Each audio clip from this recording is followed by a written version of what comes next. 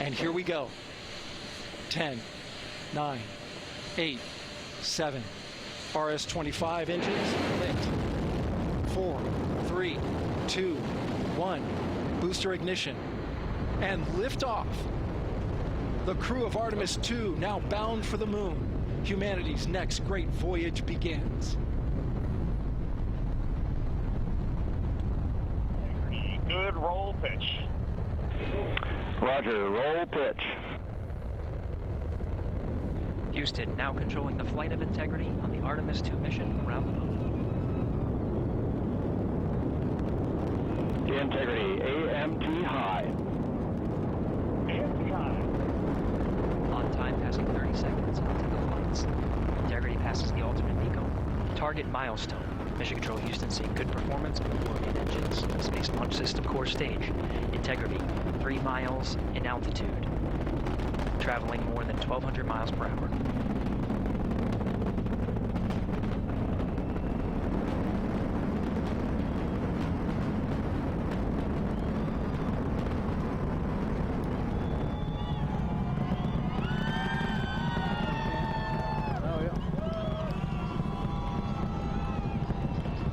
Mission elapsed time, passing 1 minute, approaching max Q. On, Ponce de Leon. Stan, we have you loud and clear on Ponce de Leon. Have you the same? Communication signal transfer confirmed as Integrity and its crew go supersonic. Approaching 90 seconds into the Artemis II mission. Integrity is 14 miles in altitude, 8 miles downrange, traveling more than 2,600 miles per hour.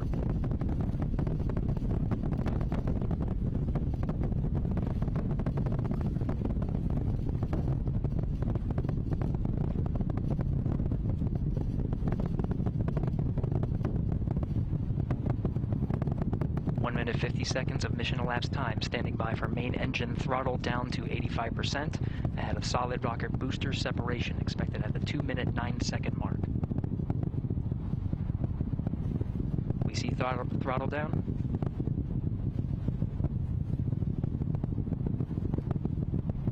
Confirmed separation. Main engine's throttling up, guidance converged.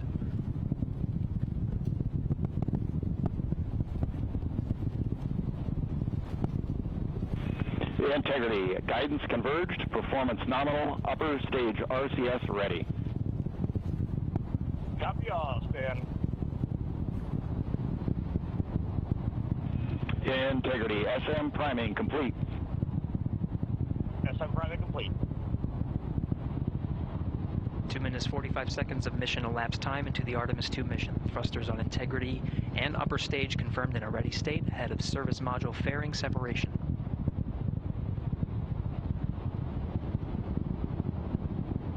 3 minutes into the flight. Integrity, 49 miles in altitude, 78 miles downrange, now passing 5,000 miles per hour.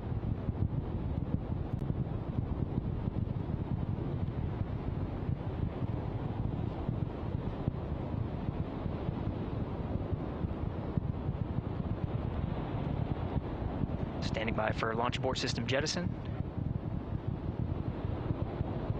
Houston Integrity, good last jettison, great view. Copy jettison, Team Eco 8+02. We see the same on board, Stan. And Houston has you loud and clear on Tidris at the Carmen line. Outstanding, Stan, we have you the same. 3 minutes 50 seconds into the flight of Artemis II, Wiseman, Glover, Cook, and Hansen cross the boundary to space with good comm checks.